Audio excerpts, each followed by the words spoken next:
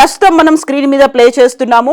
అహ్మదాబాద్ నుంచి London Gatwick airport కి బయలుదేరినటువంటి విమానం, ఎయిర్ ఇండియా విమానం బయలుదేరినటువంటి కొద్దిసేపటికి కుప్పకూలిపోయినటువంటి సంఘటన ఇది.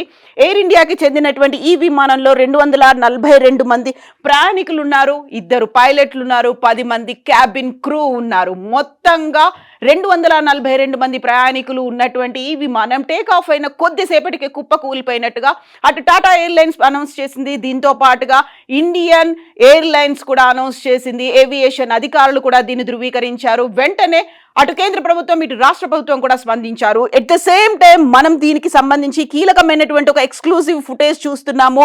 అహ్మదాబాద్ లో ఉన్నటువంటి సర్దార్ వల్లభాయ్ పటేల్ ఇంటర్నేషనల్ ఎయిర్పోర్ట్ నుంచి బయలుదేరినటువంటి ఎయిర్ ఇండియా విమానం కుప్పకూలిపోయినటువంటి విజువల్ ని ఇప్పుడు మనం చూస్తున్నాము. దీంతో పాటుగా నెక్స్ట్ దీనికి సంబంధించినటువంటి ఒక కీలకమైనటువంటి విజువల్ ఇది.